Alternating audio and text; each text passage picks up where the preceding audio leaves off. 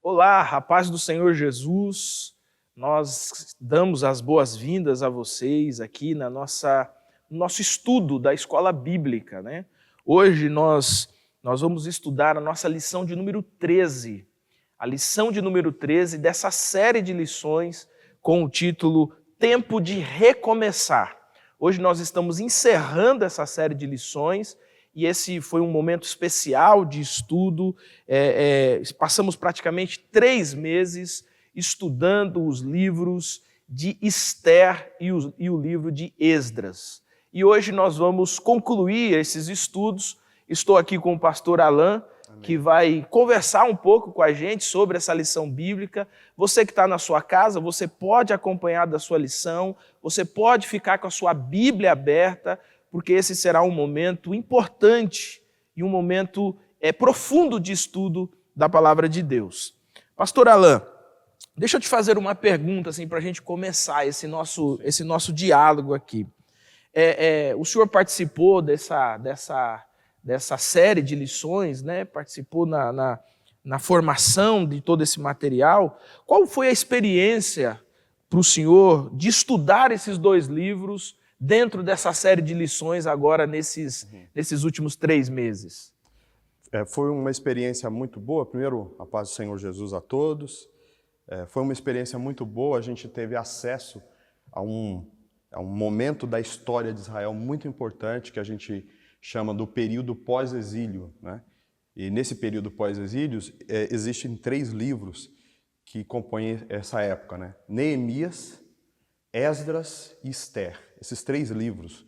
Neemias a gente já tinha estudado numa ocasião anterior e por conta disso a gente só dedicou a esses 2 livros essa série, né? Que é o livro de Esdras e o livro de Esther. Fala desse período em que eles voltam para Jerusalém, vão ter o desafio de reconstruir o templo, reconstruir a cidade, recomeçar a comunidade israelita lá em Judá, lá na região de Jerusalém.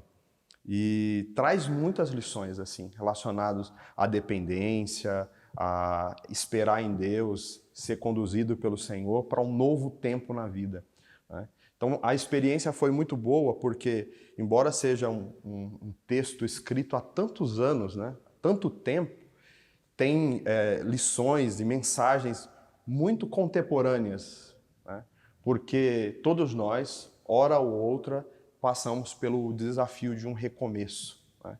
E essa série coincidiu, por exemplo, com uma nova gestão administrativa da igreja, coincidiu com um novo ano, né? A gente está começando, é o primeiro trimestre do ano, então tudo isso nos levou a uma reflexão, né?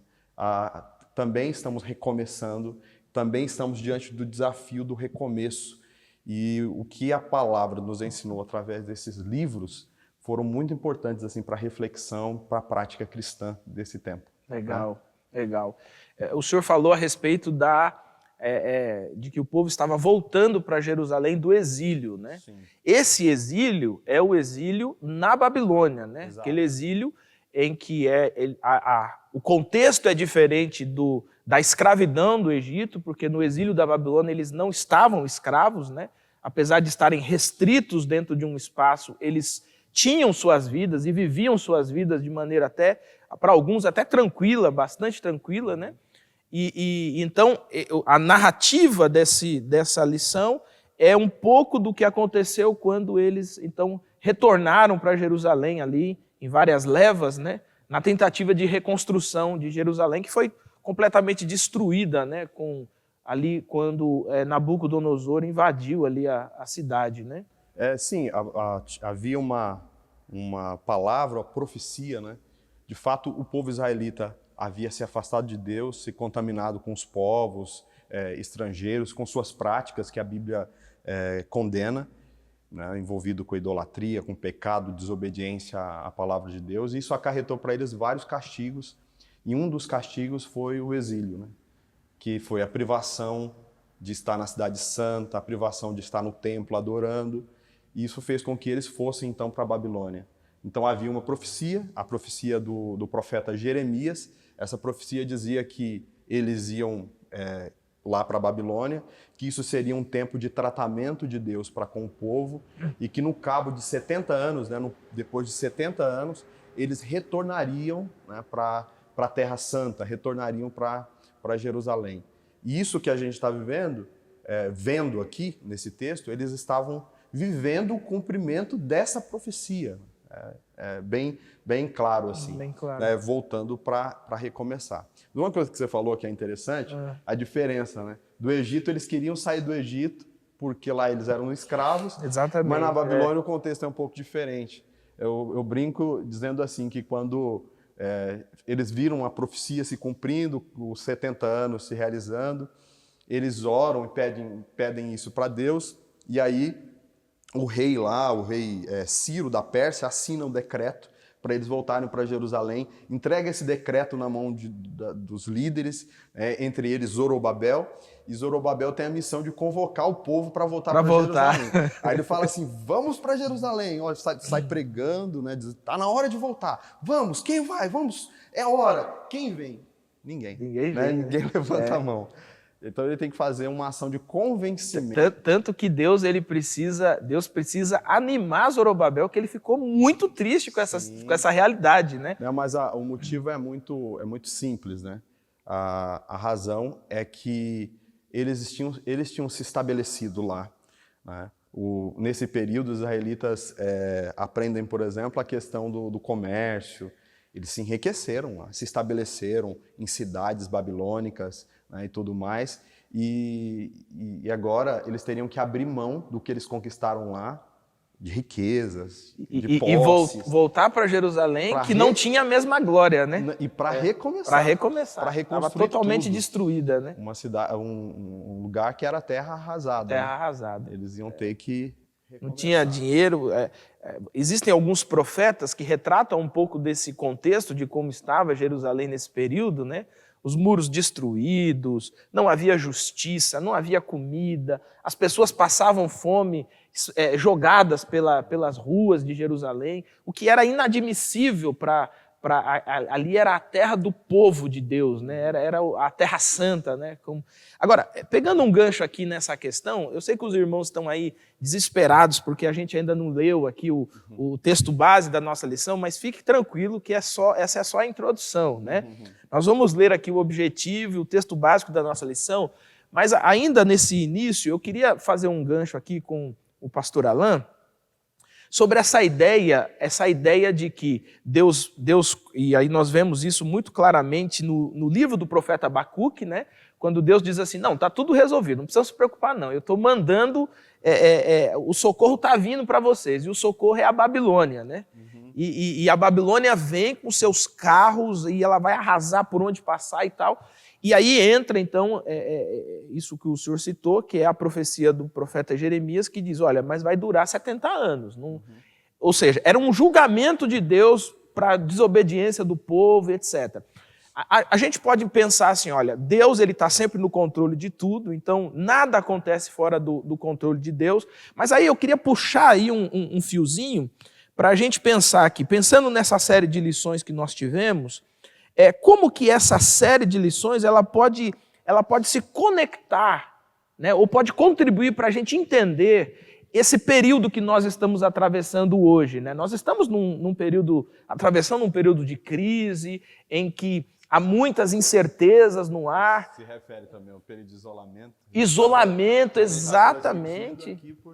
Nós estamos isolados, exatamente. E quando a gente lê a profecia bíblica, dentro do contexto da nossa lição aqui, o profeta Jeremias diz, olha, não vai durar 71 nem 72, é 70, não é 69 nem 71, né? O que expressa de alguma maneira, o controle total de Deus sobre todas as realidades. O que daria assim, para a gente falar aqui para os nossos alunos que estão assistindo, que conexão nós conseguiríamos fazer entre essa realidade que nós estamos vivendo hoje e isso que nós estamos estudando nesses 2 livros da Bíblia, né? Antes de você responder, lembrando assim, nós temos ali no livro de Esther um contexto também de perseguição, de dificuldade, perigo de morte, né? Um período em que os judeus praticamente também tiveram que ficar reclusos porque eles estavam ameaçados de morte, né? E ali você tem uma conclamação ao jejum, uma conclamação à oração e tal. No livro de Esdras, há um período muito semelhante por conta do desafio que tem, e também essa chamada à oração, ao jejum. O que o senhor poderia falar para a gente sobre essa realidade lá e essa realidade nossa aqui nesses últimos dias? Podia dizer assim, que a gente vê claramente ao ler esses textos, ao estudar essa palavra, ver Deus soberano controlando a história. Basta a gente lembrar que um pouquinho antes desse contexto está o profeta Daniel, né? Nós estudamos Daniel recentemente na escola bíblica, e o título da série era Deus Soberano. Deus Soberano. Falava da soberania de Deus sobre todos os povos, e Ele é o Senhor do universo, o Senhor da história.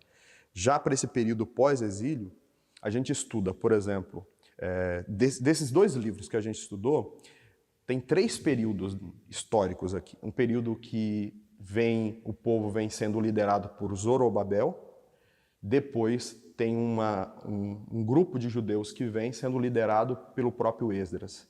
E no meio desses 2 grupos que vêm de Jerusalém, se encaixa a história de Esther, o livro de Esther. Então, os primeiros 6 capítulos de Esdras contam esse período em que Zorobabel vem, reconstrói o templo, né?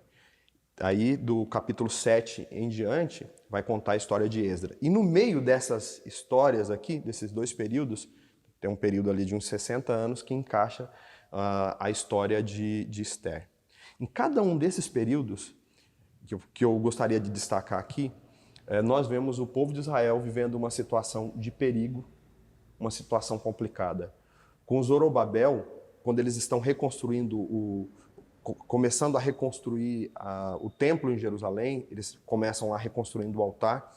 O capítulo 3 narra um momento em que eles estavam com muito medo, sendo ameaçados pelos povos vizinhos. Eles trabalhavam com uma tensão em pleno perigo.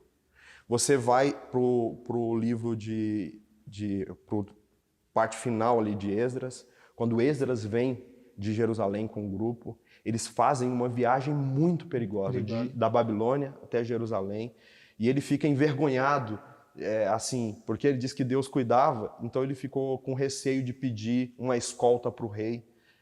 Então, mas ali ele sente muito perigo, ele sente acuado, uma situação bem complicada. E o que dizer, por exemplo, do período de Esther, em que o povo de Israel foi ameaçado de estarem de morte, né? Ser ameaçado de morte, serem numa situação de correrem risco de vida, de extermínio do povo judeu. Em todas essas situações, nós vemos os israelitas aprendendo a depender de Deus, a confiar na direção de Deus, na bênção de Deus, naquela situação toda. Então, eu queria destacar isso. A gente está vivendo uma situação complicada, situação de medo, situação em que a gente se sente ameaçado de alguma forma, não é? Sim. Então, ali em todas essas situações que eu cito aqui, eles jejuaram, eles oraram, eles buscaram a direção de Deus e eles aprenderam a depender de Deus. São situações desesperadoras, né?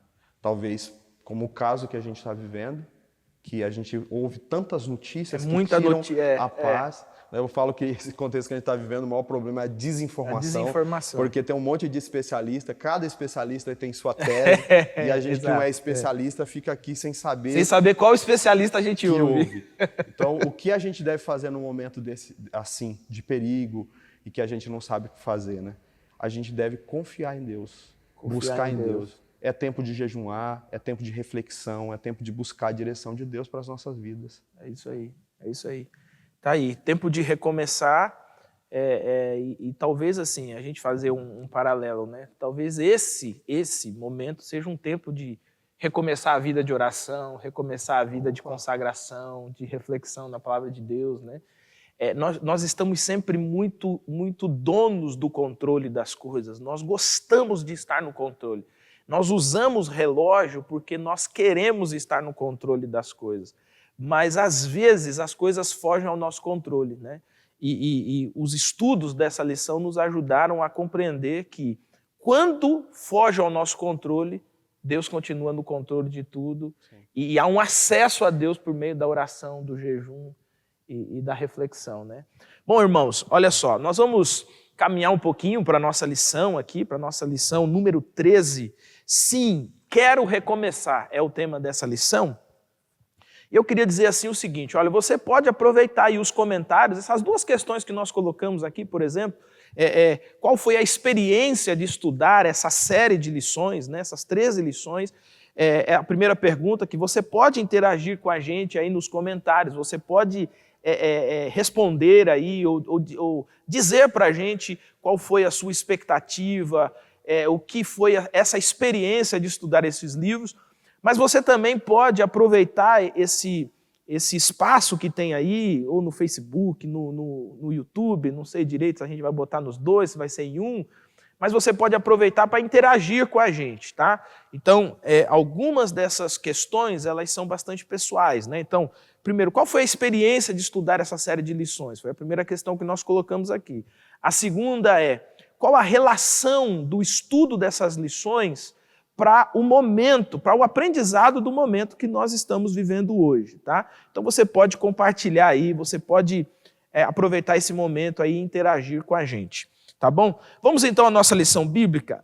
A nossa lição bíblica de número 13, ela tem como objetivo, e ela está baseada no capítulo de número 10 do livro de Esdras, e ela tem como objetivo nos levar a refletir sobre a situação pecaminosa que o povo de Deus se encontrava ali, o povo de Israel se encontrava, e perceber a importância de reconhecer os nossos erros e de corrigir esses erros. Por isso que o tema da lição é sim, quero recomeçar, porque isso tem a ver com uma decisão que nós tomamos, né? Por isso, para a gente dar continuidade aqui, eu queria convidar você a essa leitura bíblica. Esdras, capítulo de número 10, versículo de número 3. Tá? Esse é o texto base da nossa lição. Vamos ler juntos aí? Diz assim o texto: façamos agora um acordo diante do nosso Deus e mandemos de volta todas essas mulheres e seus filhos, segundo o conselho do meu Senhor e daqueles que tremem diante dos mandamentos do nosso Deus. Que isso seja feito em conformidade com a lei. Tá? Então, já vimos que a nossa lição está baseada no capítulo 10. Basicamente, nós vamos falar aqui hoje sobre recomeçar, né? Nós vamos recomeçar. A ideia é enfatizar essa oportunidade, essa decisão de recomeço, né? Então, eu faria a seguinte pergunta aqui para a gente começar essa nossa conversa, né? Para a gente dar continuidade, melhor dizendo, à nossa conversa. Para recomeçar, pastor Alain, é preciso querer? Claro, claro, precisa querer. Precisa reconhecer a necessidade de mudança, precisa ver, perceber, ter certeza que é necessário essa mudança e, claro, querer, né? Mas esse estudo vai um pouco além do querer, né? Fala também da necessidade da gente tomar uma atitude. Você sabe que precisa mudar, você entende isso, eu quero mudar. Mas que forma que você demonstra que você quer mudar? Tomando uma atitude de mudança na sua vida, mudando suas atitudes, levantando, né? Tomando uma postura diferente. Tem a ver com arrependimento e conversão, né? É uma coisa que se complementa, né? Sim. O verdadeiro arrependimento, né? Metanoia, que a Bíblia diz, tem a ver com uma mudança de consciência, você perceber que está errado, que precisa mudar, mas não só isso, mudar a direção da sua vida, tomar uma atitude. Muda a cabeça e muda os rumos. Converter, né? Conversão é mudar de direção e começar a caminhar nessa direção nova, né?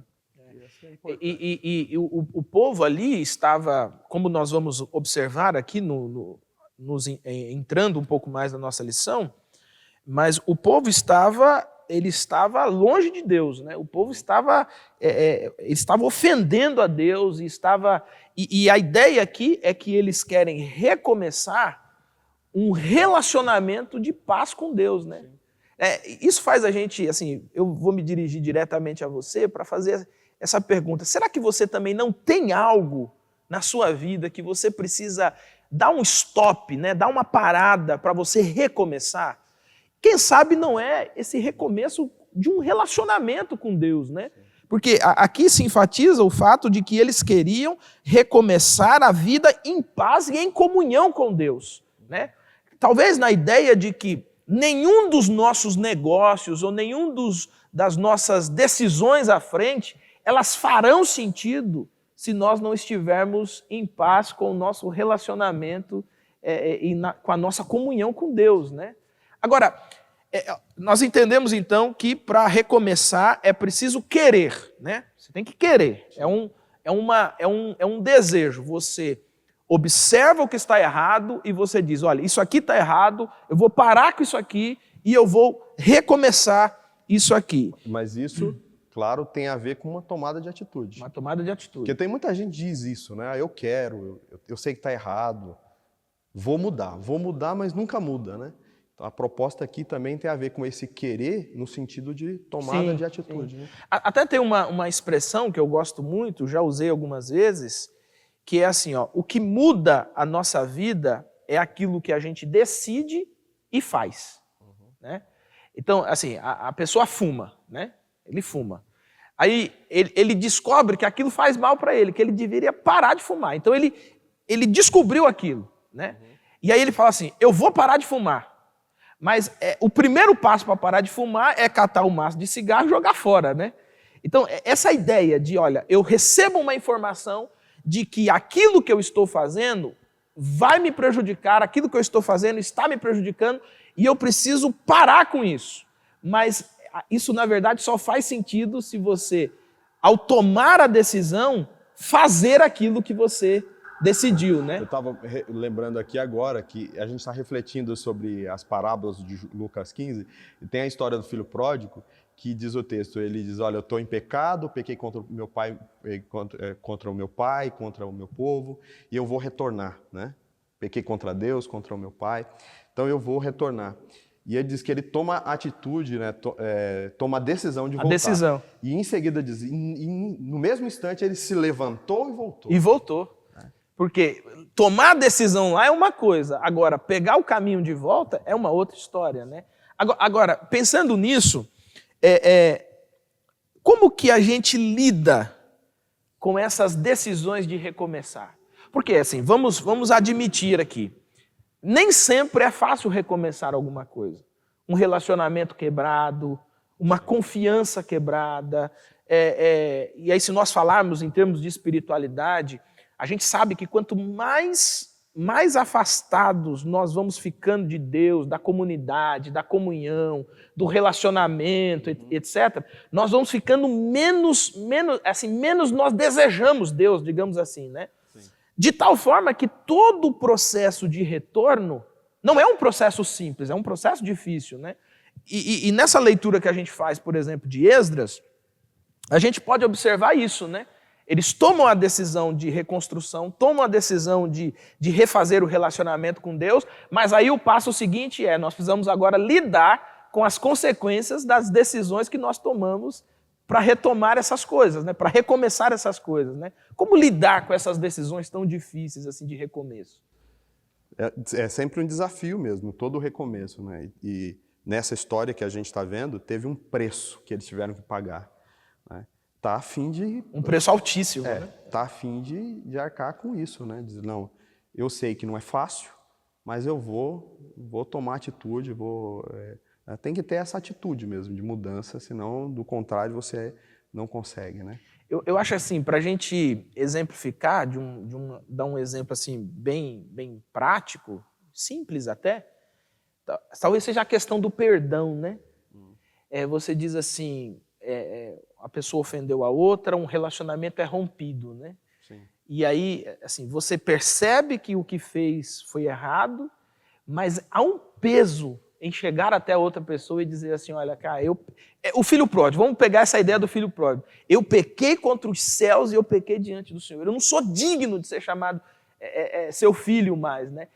Esse pedido de perdão, ele carrega um peso em si, né? Que não é só o peso da humilhação, né? Mas até mesmo o peso de você reconhecer que de fato você cometeu algo. Exige humildade, né? Sim, sem dúvida. Humildade, pelo menos. Que eu acho que é uma das coisas mais pesadas que tem, Sim, né? reconhecer seu erro e dizer, não, eu reconheço que eu errei, eu vou procurar mudar, vou mudar de atitude. É um desafio. E é um peso necessário, gente. Existem pesos da nossa vida que são necessários. Entre eles estão as decisões que nós tomamos para recomeçar, não só processos, situações, mas coisas pontuais da nossa vida, né? Como nós dissemos no começo, né? O relacionamento rompido, etc. Mas, acima de tudo, para reiniciar ou para recomeçar esse relacionamento e essa caminhada com o nosso Deus. Bom, para a gente continuar então, a lição nossa, ela vai elencar aqui para nós pelo menos 4 situações dentro desse capítulo 10 que faz a gente entender um pouquinho o contexto do capítulo 10, lembrando que a lição anterior do capítulo 9 foi uma lição muito legal, e o capítulo 9 é muito legal, e ele é importante para a gente compreender tudo isso, e eu queria que o pastor Alain ele falasse um pouco sobre esse capítulo 9, que é aquele processo de oração de Esdras, né, de súplica, de humilhação de Esdras diante de Deus, quando ele percebe de fato que eles entraram num rumo que a colisão vai ser inevitável, né? Então, antes da gente falar dessas 4 situações aqui que são colocadas para nós aqui no desenvolvimento da nossa lição bíblica, vamos entender um pouquinho essa ideia do capítulo 9, porque aí fica mais fácil da gente entrar nesse capítulo 10. Né? Talvez a gente volte até um pouquinho antes, que a gente encontra ali no capítulo 7, 8, Esdras reunindo um grupo de judeus para voltar para Jerusalém. Esdras ora a Deus, né, e faz uma decisão. Capítulo 7, versículo 10, ele decidiu conhecer a lei do Senhor, né? Ele decidiu estudar profundamente essa lei, obedecer essa lei e ensinar. Esse era o alvo da vida dele. Então ele vai para Jerusalém para ser um professor, como sacerdote que era, para ensinar o povo sobre os mandamentos do Senhor. Ele veio com esse propósito, de ajudar o povo de Israel a ter um conserto com Deus, de obediência, de fidelidade, de andar com Deus. Então ele vem, esses capítulos narram isso, e quando ele chega lá, chega-se a loja, né, chega no local, e a primeira notícia que ele recebe é que o povo estava em pecado. Né? Uma coisa que é narrado nesse texto é a questão dos casamentos mistos, né? Que o povo israelita estava se casando com mulheres estrangeiras, o que era condenado pela lei de Moisés, e que daqui a pouco a gente vai comentar, né, qual o problema disso. O problema não era nem o casamento em si, mas eu sei que o que o texto diz é que o povo estava em pecado. E a gente vê então esse sacerdote, esse servo de Deus, se colocando diante de Deus e chorando pelo pecado do povo, pedindo perdão.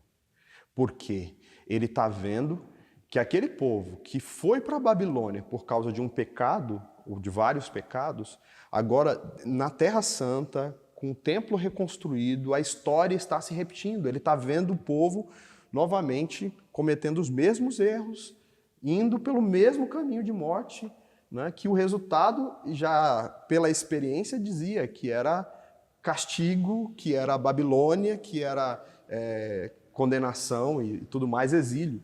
Ele vê essa cena e diz, não pode. Aí ele cai de joelho, ele clama a Deus por misericórdia. Capítulo 9 ele começa a contar histórias, dizer, Deus, o Senhor sempre foi misericordioso conosco, nos tirou do Egito, nos conduziu pelo deserto, e nós pecamos, o Senhor nos deu uma nova chance, entramos na Terra Santa e lá nos envolvemos com os ídolos, pecamos, fomos para a Babilônia e o Senhor nos deu uma nova chance, somos os remanescentes. E agora, sendo remanescentes, a gente volta a pecar de novo. Fazendo a mesma coisa. Estão fazendo a mesma coisa. E ele pede perdão a Deus. Ele se inclui no pecado, ele se compadece do povo. É uma relação de empatia, né? Com o pecado do povo, se incluindo na nação. E ele fala no plural, nós pecamos, nós falhamos. E ele começa a chorar. E é muito parecido com o profeta Daniel, né? Sim. A oração do profeta Daniel também é uma oração no plural, né? Sim. Nós pecamos, os nossos pais, em nós. Ele se inclui Sim. nisso. Será que, assim, para a gente fazer uma aplicação para o nosso contexto de hoje, não é dever do líder clamar a Deus pelo perdão de Deus, mas não no sentido assim, ó, Senhor, perdoa esse povo porque esse povo errou, mas no sentido de, Senhor, nos perdoe a igreja de Vila Medeiros, a igreja Adventista da Promessa, a igreja no Brasil, a igreja no mundo, né? Existem momentos da disciplina de Deus que exige esse derramar do povo diante de Deus. Senhor, perdoa-nos. A gente sempre fala do pecado individual, e isso é bíblico, é correto, um relacionamento individual, cada pessoa diante de Deus e sua responsabilidade diante de Deus. Mas na Bíblia, quando se diz a pecado e relacionamento com Deus, nunca se abre mão da dimensão comunitária. Quando um peca, há consequências para toda a consequência é para toda a comunidade. A gente vê isso no Êxodo, em vários momentos, a gente vê isso vale lembrar, por exemplo, a derrota de Ai, né? Acã peca, Sim. mas a derrota é para todo o povo. Aí você está lá no Antigo Testamento, fala, não, mas isso era lá no Antigo Testamento, no Novo Testamento não tem. Não, aí você vai, por exemplo, para 1 Coríntios, que a igreja ali, poucos pecavam, né? Não muitos, mas alguns pecavam, e que isso causava muita consequência para toda a comunidade. As igrejas do Apocalipse falam também de pessoas ali que se rebelavam contra Deus e que trazia consequência para a comunidade. E então essa dimensão do comunitário é importantíssimo, da gente pensar assim, como que é a nossa igreja? Somos uma igreja, né? Como somos? E se um peca, todos de alguma forma estão envolvidos nisso, né? Por isso a gente precisa orar nessa dimensão comunitária. Senhor, tenha misericórdia da nossa igreja. Veja o que estamos falhando, onde estamos errando. Nossa comunidade nos ajude na conversão. Isso, claro, deve partir do pastor e tudo, mas de todo cristão sincero, todo líder sincero dessa comunidade deve fazer essa oração de Esdras, que é a mesma oração de Neemias, quando você lê o livro de Neemias. Exato. Que é a mesma oração falou de Daniel, né? E eu poderia citar o próprio Jesus, quando ele chora diante de Jerusalém. Ele olha e diz, Jerusalém, chora pelo pecado de Jerusalém. Essa empatia pelo pecado, ela não... E assim, ela tem dois poderes aqui, né? Ela pode criar um legalista. Seria empatia com os pecadores, né? Com a comunidade. Isso, com a comunidade. Ela pode criar um legalista, né? Que olha e diz assim, isso não tem nada a ver comigo, isso que eles fizeram é problema deles, né? Ou pode criar o que é chamado, se eu não me engano, no livro de Ezequiel, o Senhor chama a pessoa da brecha, né? Ele diz assim, eu procurei um homem que se colocasse na brecha em favor do meu povo, né? Deus diz assim, eu vou livrar o povo, mas eu quero saber da intercessão. Quem vai ser o homem corajoso que vai entrar e vai interceder, né? Sim. Talvez esse é o segundo tipo de pessoa que surge, né? Sim. O primeiro é o legalista, que diz assim, nossa, graças a Deus eu não cometi nada disso, problema deles, eles que se explodam lá. O segundo é, Senhor, nós somos um corpo, Sim. nós somos uma família, nós somos uma igreja, somos uma comunidade. Como que é importante alguém tomar a iniciativa? Nessa história, Esdras ele se coloca diante de Deus e chora. O choro dele é tão alto que chama a atenção das pessoas que estão em volta, e as pessoas começam a aproximar, e eles começam a ver, puxa, o nosso pecado vão sendo sério, quebrantados, né? E aí o Espírito Santo entra, e aquela oração é contagiante. E todos começam a chorar, reconhecer os seus pecados. Isso tem a ver com avivamento, pastor Samuel. Isso tem a ver com a ação do Espírito Santo, porque não é uma pregação que convence, não é uma oratória do pastor, do pregador que vai convencer. Quem convence a gente do pecado, a Bíblia já diz lá em João, né? João, que diz que é João 16:8, né? Que quem nos convence do pecado é o Espírito Santo. É o Espírito Santo. Então, o pecado da justiça e do convencer. juízo. Né? Então, essa intercessão pelo pecado da igreja, pelo pecado da nação de Israel, pela comunidade, essa é uma oração que traz um efeito contagiante e que o Espírito Santo intervém por avivamento, trazendo conversão, mudança de vida nas pessoas. Olha aí, irmão. Para a gente recomeçar é preciso joelho no chão, reconhecimento, e né? Chorar pelos nossos pecados. Chorar pelos nossos pecados. Bom, para a gente entender um pouco mais esse contexto, já caminhando para a gente finalizar a nossa lição, aqui foram colocados pelo menos 4 aspectos dentro desse texto para a gente pensar, né? O primeiro deles é o problema, o segundo o pacto, o terceiro os envolvidos e o quarto a decisão, né? Eu começo então aqui com o problema, o pastor Alan fala sobre o pacto e a gente vai intercalando aqui. Então, como o pastor Alan já falou, qual era o grande problema que eles estavam enfrentando? Em primeiro lugar, havia uma proibição para que eles não se casassem com mulheres estrangeiras. Eles não poderiam se misturar através do que a Bíblia chama de casamentos mistos, né? Por quê? Porque eram mulheres pagãs, e o pastor Alan já deu uma pincelada nisso. A grande questão aqui não é simplesmente o casamento em si. A grande questão aqui é que há uma iniciativa de Deus em preservar. Por quê? O povo de Israel ele tem um histórico que vem desde lá de trás, um histórico de paganismo. O povo gostava de andar atrás de falsos deuses, falsos ídolos.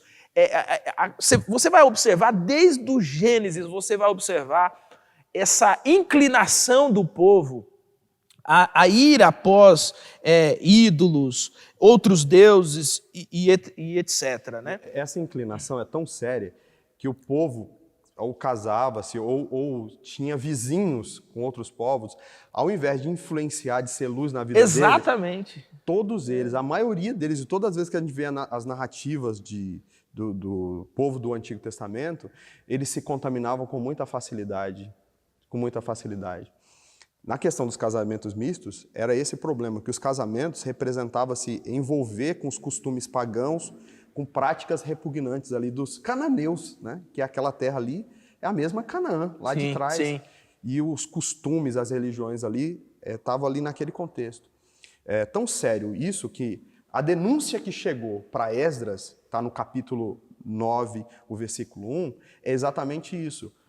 A denúncia, em segundo lugar, que vem os casamentos. Em primeiro lugar, vem dizendo que eles já tinham se contaminado. Deixa eu até ver aqui, ó.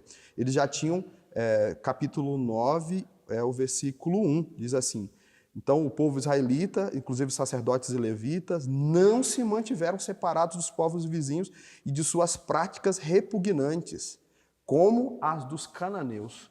Então eles estavam já começando a seguir ídolos, a costumes estranhos, a práticas erradas, como consequência desses casamentos. Então, que eu digo assim, não é o problema tanto do casamento em si, mas do resultado disso. O povo estava se contaminando. Estava adorando os deuses daquelas mulheres, estava tendo os mesmos costumes, começando a comer a mesma comida, as mesmas práticas, os mesmos costumes. Elas deviam fazer as suas orações. E, além disso, pastor Samuel, deixa eu até te interromper aí, né? Não, fica à vontade. que é a questão de que, além disso, tinha a questão da educação dos filhos, né?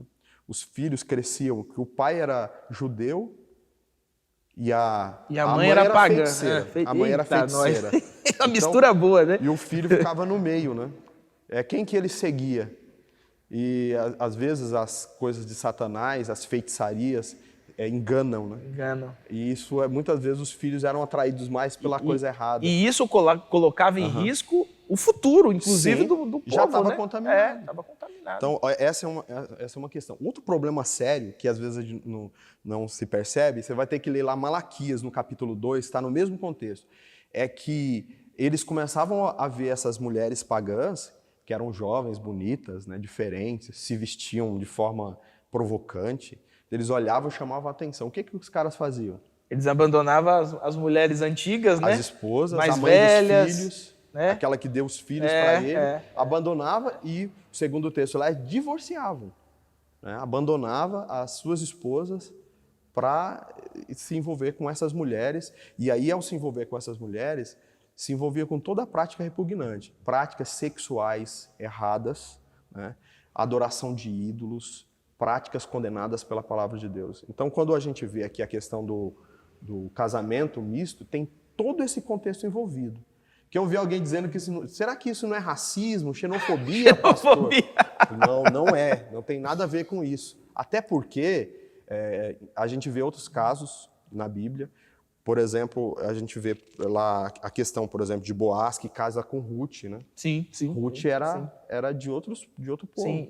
Mas ela se converte, ela e era muda de um vida. povo, inclusive, que uma das piores tragédias que podia acontecer era um homem judeu se casar com uma mulher de Moabe. Agora, né? E Raabe, por exemplo, né? Toda então ali, né, essas mulheres, a gente vê a graça de Deus e não é assim.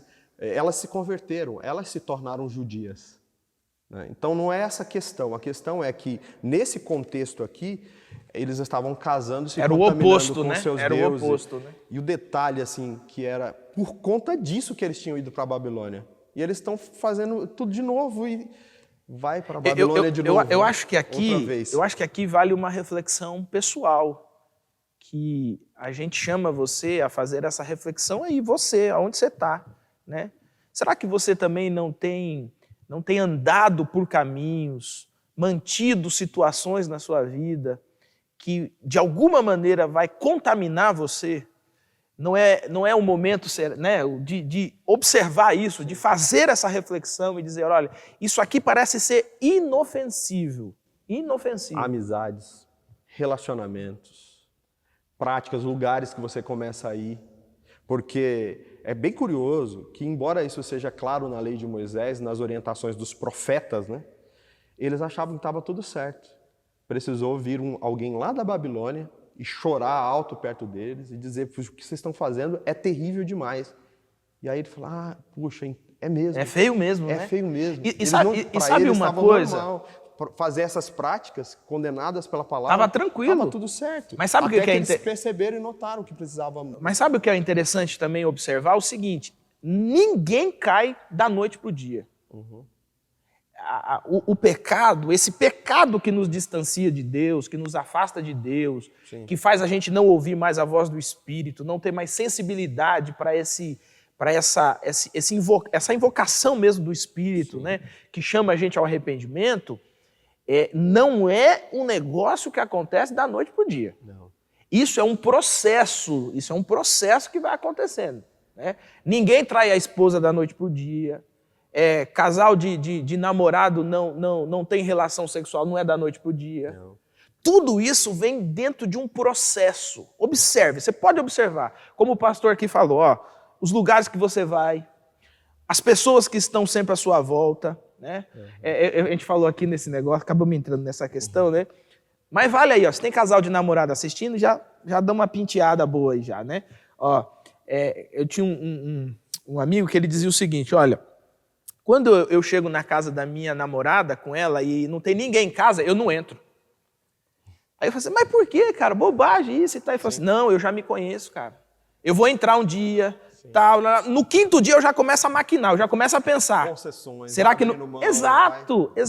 As concessões são perigosas, né? Então, veja, aqui aparentemente não é um problema grave. Poxa, achou a mulher bonita e tal, vai casar e tal. Mas olha que consequência começou a gerar. Por quê? Porque uma concessão pequena vai gerando grandes consequências, né? E o afastamento de Deus tem a ver com isso, o afastamento da comunidade tem a ver com isso. Pastor Alan, eu tenho 8 anos de ministério pastoral, já conversei com muitas pessoas, muito aconselhamento, e eu já vi muitas pessoas, por exemplo, que se afastaram da comunidade, todas elas têm um processo, todas. Ou foi uma faculdade que começou, e aí já tinha que faltar no sábado e não ia para a igreja, e foi num processo. Um dia um amigo meu disse assim para mim, cara, eu descobri um negócio. Ele falou desse jeito para mim, eu descobri um negócio. Eu falei, o quê, cara? Ele falou assim, olha, você não vai na igreja um final de semana. Você fica agoniado, você fala, meu Deus, cara, eu faltei na igreja e tal. Aí no final de semana seguinte, você não vai. Aí você já não sente aquela coisa mais, já é mais fraquinho. Na terceira semana você não foi, mas você descobriu que passa um programa na televisão que só passa no sábado. Só naquele horário. Você não tinha descoberto. Você não tinha descoberto ainda, porque você estava meio com remorso, né? Aí ele falou assim, cara, na quarta semana, você já não se preocupa com comunidade. Sim. Aí ele disse assim, ó, no segundo mês, a igreja já não faz mais falta. Esse processo é o contrário de arrependimento, né? Exatamente. É um processo de rebelião contra Deus, né? De apostasia. Que é primeiro você tem a tristeza pelo pecado e depois você vai cauterizando a mente. Cauterizando, exatamente. Tipo, você não sente mais o efeito do pecado. Tudo normal, o senhor com certeza...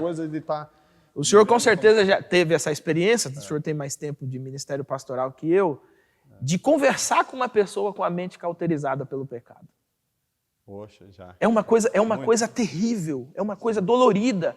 Eu já cheguei a chorar, entrar dentro do carro e chorar. Sim. De olhar e dizer assim, essa pessoa está indo para destruição.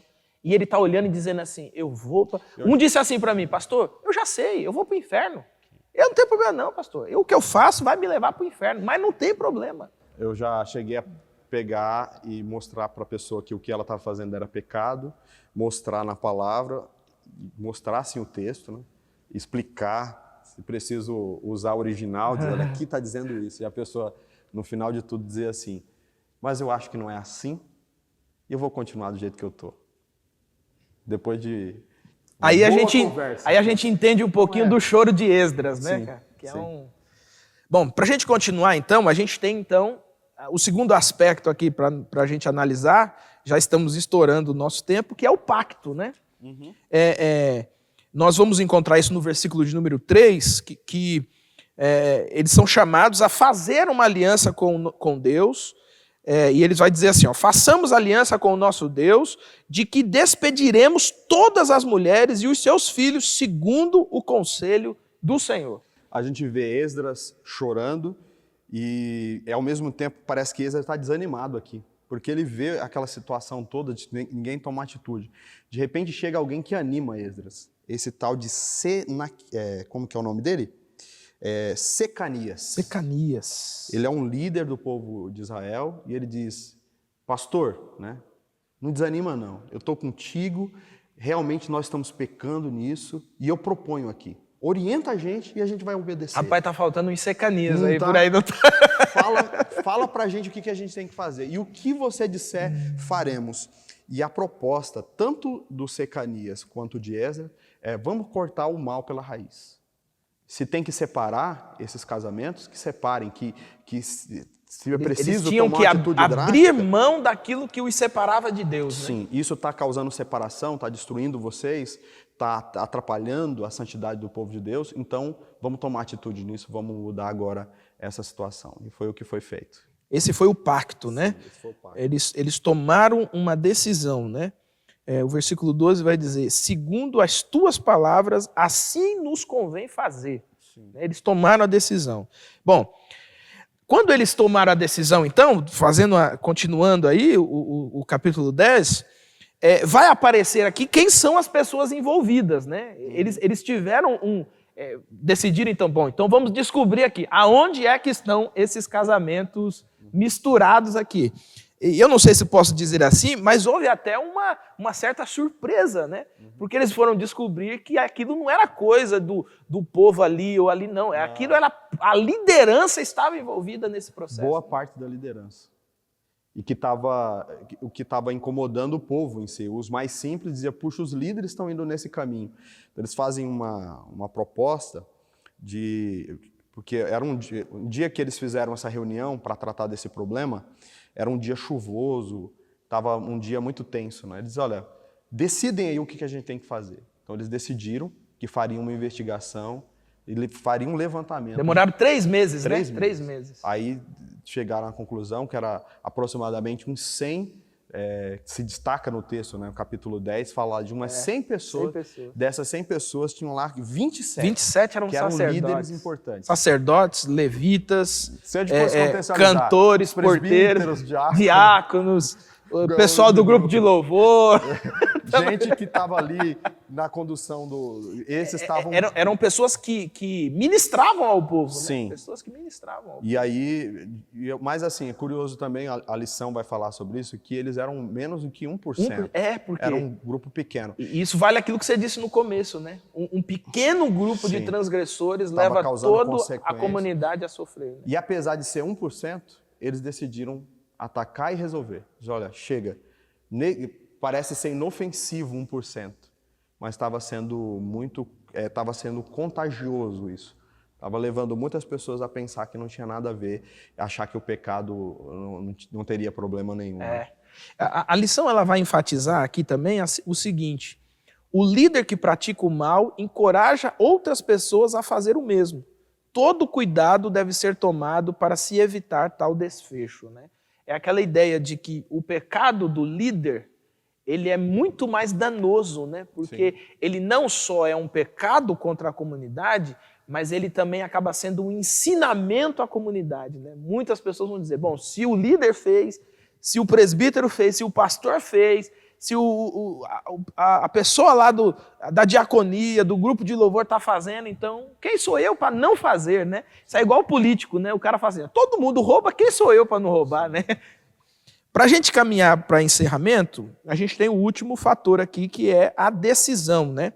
Os infratores, a começar pelos sacerdotes, reconheceram o erro e tomaram a decisão de separar-se de suas esposas pagãs. E é interessante, no versículo 19, né, que vai dizer assim, ó, com um aperto de mão, prometeram despedir-se suas mulheres e, por serem culpados, ofereceram um carneiro do rebanho por sua culpa, né? Eles firmaram um acordo, o cara falou assim, não, pega aqui, irmão. Então, vamos lá. Vamos lá, pai. Eu confirmo para você, pai. Eu mando embora hoje. Fizeram o sacrifício, fizeram um pacto diante de Deus de mudança, né? Então, com essa atitude, eles deram um passo importantíssimo para recomeçar. E aquele que confessa a sua transgressão e a deixa, alcança a misericórdia, né? O que diz Provérbios 28:13, né? Diante do Senhor, né? Então, eles não só tomaram ciência, tomaram uma decisão e colocaram a decisão em prática, né? Bom, estamos finalizando o nosso estudo, mas a gente não pode finalizar sem fazer aqui essas duas aplicações, né? Sim. São as lições para a gente praticar, né? A primeira delas é, para recomeçar, seja humilde e reconheça o seu erro. Reconhecer o erro, meu irmão, minha irmã, não é sentir remorso, não é sentir arrependimento porque descobriram o que você fez. É uma análise pessoal, ela é muito pessoal e ela tem a ver com essa ação do Espírito Santo. Se você tomar a decisão na sua vida de reconhecer o seu erro e você se colocar debaixo, submisso ao Espírito Santo de Deus, ele vai agir no seu coração, na sua mente, para que você tenha toda a força necessária para reconhecer e para corrigir esse erro. Né? E a Bíblia diz que a gente pode contar com a graça e misericórdia de Deus para nos perdoar. Em segundo lugar, para recomeçar, seja firme para corrigir os seus erros. Essa é uma decisão importante, firmeza, tomar uma atitude. A gente falou desde o início sobre essa questão, a importância de você saber que está errado. E claro, você não vai conseguir isso por sua própria força, né? Mas você pode clamar a Deus, pedir a Deus força para você vencer. Diz, Senhor, eu quero mudar, eu preciso mudar. Tomar essa decisão, como é o título da lição, quero mudar, quero recomeçar, e tomar essa firmeza, dizer, agora vai ser diferente, eu vou tomar atitude diante de Deus. Deus espera uma atitude nossa assim. É a atitude que nós falamos aqui do filho pródigo, que levantou e voltou. Né? É a atitude de você dizer, não, da agora em diante não vou fazer assim mais. Vou mudar de atitude, vou recomeçar. Amém. Se você almeja recomeçar a vida em paz com Deus, corrija o erro e abandone o pecado. Meu irmão, minha irmã, você que está ouvindo, assistindo, faça isso hoje mesmo na sua vida. Há um Deus de graça, há um Deus de bondade. E deixa eu te dizer uma coisa, todo recomeço não é feito apenas a 2 mãos, é feito a 4 mãos. São decisões que nós tomamos, mas há a mão de Deus que nos ajuda. Amém. A mão de Deus é auxílio presente. Ninguém é santo se Deus não o ajudar a ser santo. Por isso que você tome essa decisão hoje na sua vida e você diga, sim, eu quero recomeçar. Amém?